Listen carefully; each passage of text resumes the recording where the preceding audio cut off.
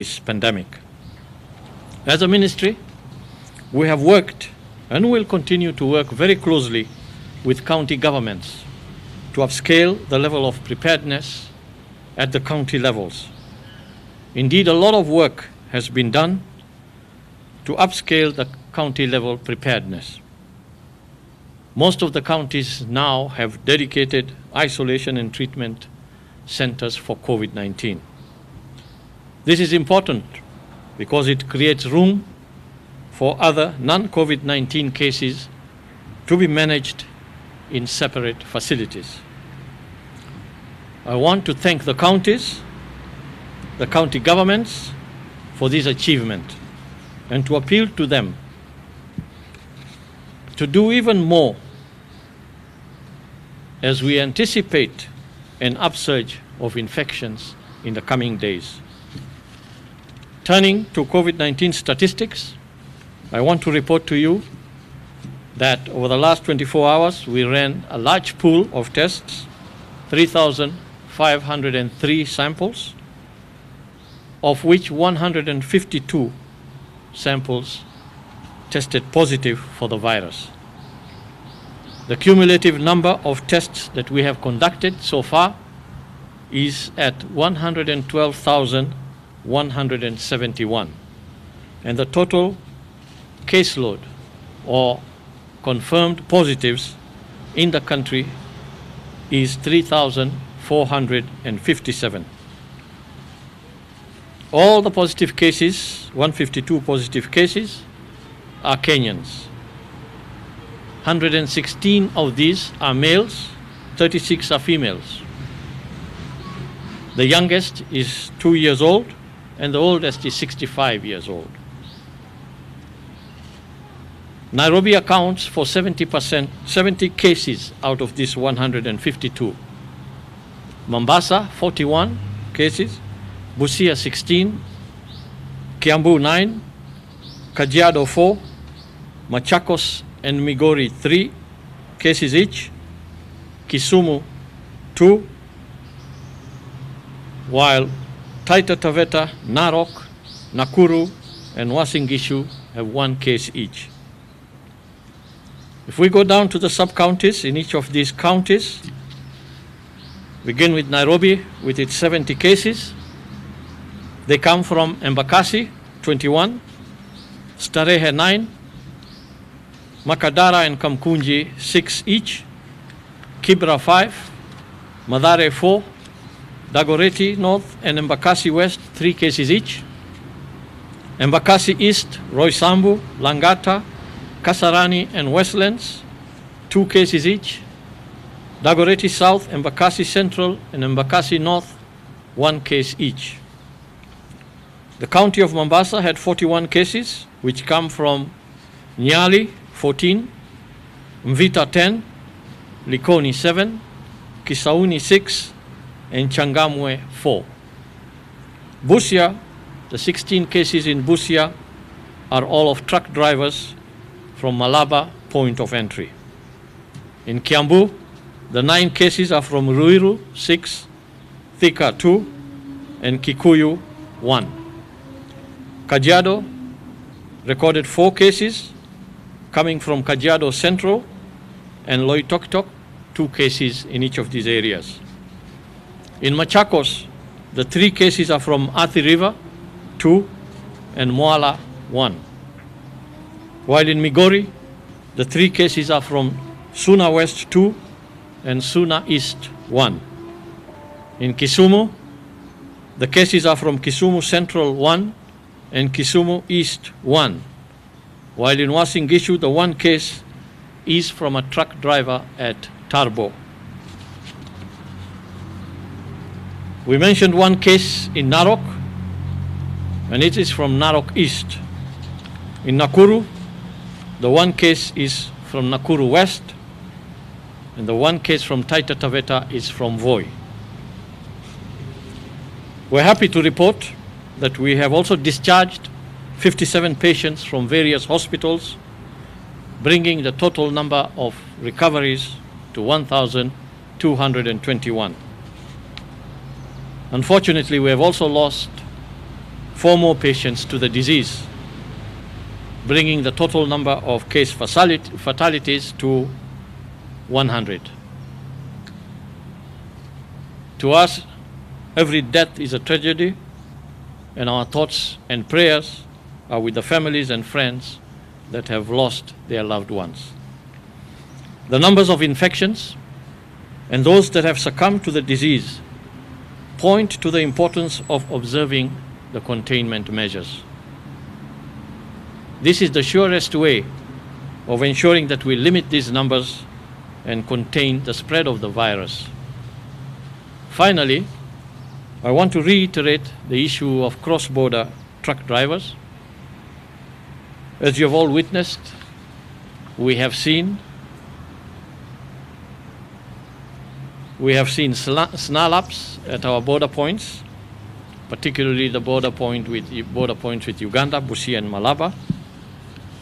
And to a large extent, these snarl-ups are caused by truck drivers not following the directives that have been issued in terms of not embarking on their journey before they have a COVID-19 free certificate in their possession.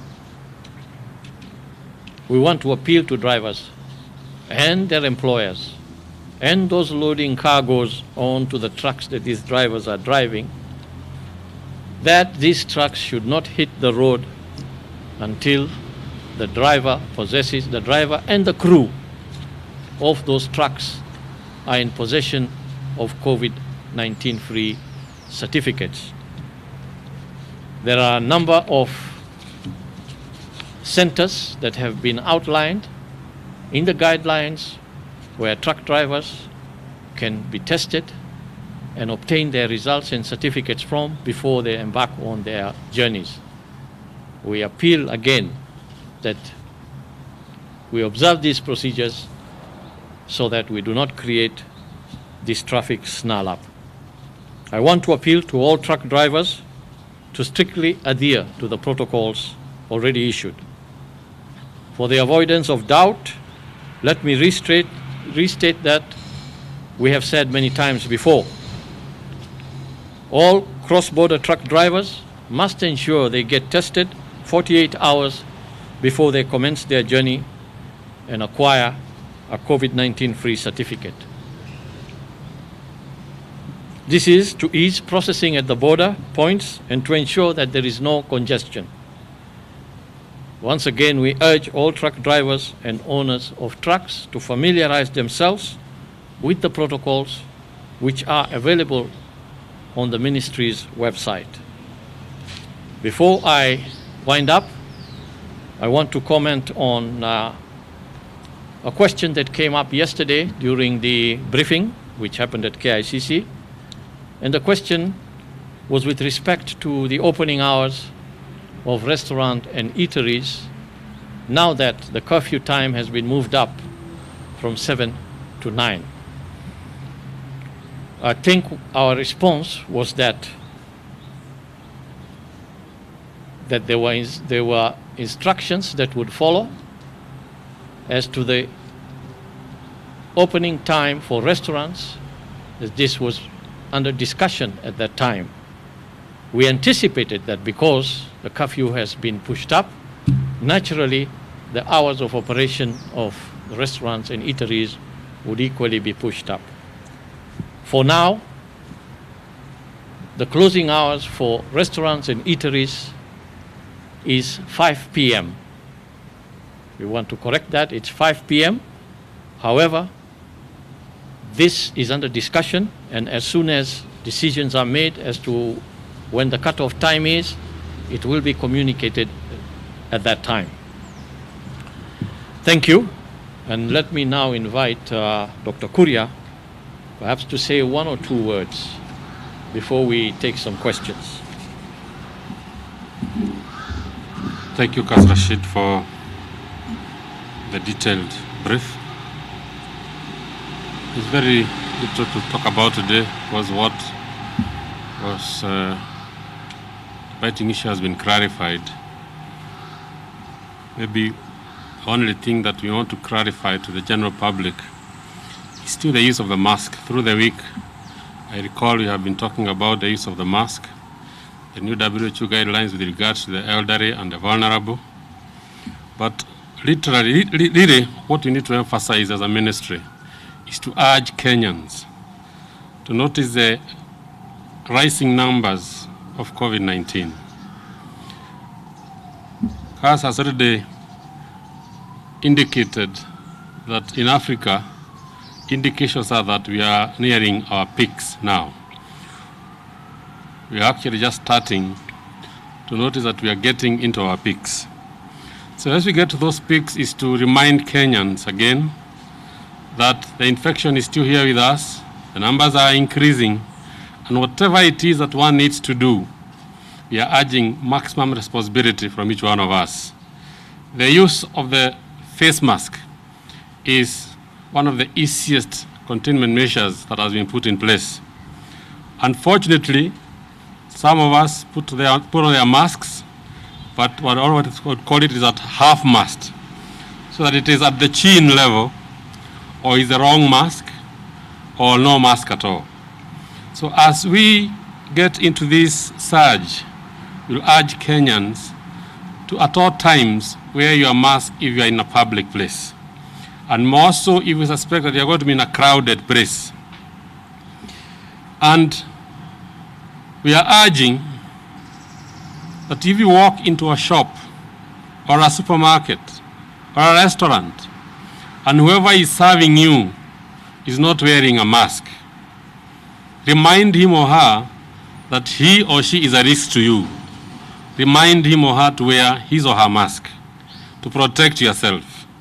On the other hand, if you are the vendor at the supermarket or the shop, or the restaurant, or the mama mboga, and whoever is coming to you does not have a mask, remind him or her to protect you, to wear the mask. So, dear Kenyans, if you were to go by what the rest of the country is experiencing, South America, for example, I don't want to scare anyone, but if the mask is going to help us not get there, this is a time that each of us takes individual responsibility. I protect you and you protect me. Thank you, sir.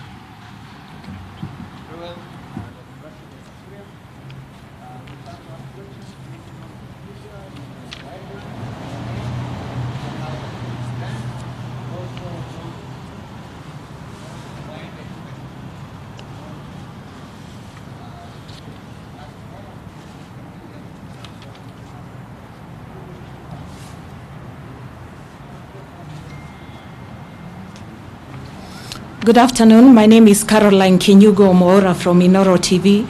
My question is in regards to complaints arising from residents of Limuru, Rironi, and Kikuyu. They're saying that the restriction points in Mutarakwa, Rironi, Tigoni, and Kawaida have been restricting their movements within the county. What's your comment on that? Thank you.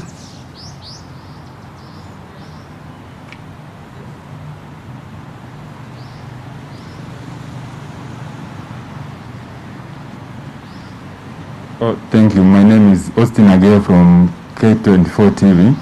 My question is about the popular Ohangla musician that we know is called Bernard Onyango. And we understand that his samples were taken on Thursday. So we're just asking if the results are out and what's the outcome, and considering the fact that his funeral was very indecent, according to most of us. Thank you. Okay. Yes. That's good. Thank you. Caroline, you mentioned the restrictions of movements in that area of Limuru, Rironi. I can only imagine that that must arise from the fact that when the restricted movement was placed on Nairobi County, you know very well that it is not just Nairobi County. It is the larger Nairobi metropolitan area. And this extends in all directions, all the way. I would imagine if we are going towards, on the northern corridor, it probably extends all the way to Limuru, because we know that that forms part of the metropolitan area of Nairobi, where people still live there but come to commute to Nairobi.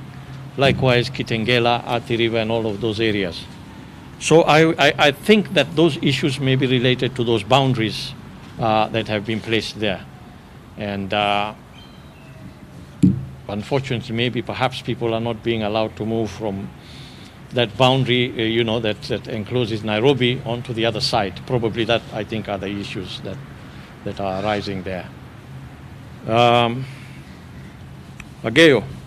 Yes, I read today about this Ohangla musician who I understand the casket was already put in the hole and buried, but the fans and the villagers came out and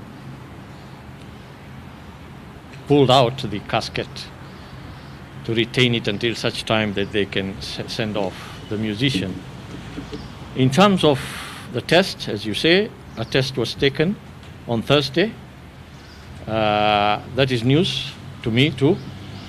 I do not know what the fate of that test is and what the outcome is if one did actually arrive at the lab.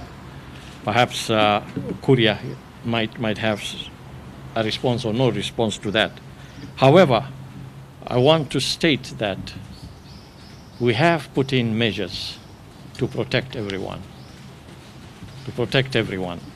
And what we saw happen there went against the measures that have been put in place, because you could see the way people were congregating. They pulled out a casket. If indeed it was COVID-19, then that situation created an undesirable situation where the virus is likely to spread. So we want to urge Kenyans, please do follow the regulations, even when it is your loved ones or your idols who are the victims of the disease. If the burial is conducted in a way that indicates that there is suspicion or confirmation that it was a COVID-19 case, please, Kenyans, let us follow the laid down procedures. Let us not take the law into our own hands and in the process expose many of us to this disease. So we don't want to see a repeat of situations of that nature. But if the results are out, in due time we shall know what the outcome of those results are. Korea, do you want to say one word about that? Okay. He doesn't have any information either, so we'll wait and see once we are able to get more information on this. Thank you very much. I can see that the rain is coming down just in time. Thank you for your time. And this, I just want to inform you that tomorrow we will not be having the update here. That is tomorrow, Sunday and Monday. The update for tomorrow will be provided in Othaya in Nyeri, and the one for Monday will be done at Nyahururu. So tomorrow you may engage with other activities, but certainly will not be giving that update here at the same venue. So for those who may wish to go to Nyeri, please, you're welcome. Those who wish to go to Olkalau on Monday, again, you're welcome. Thank you.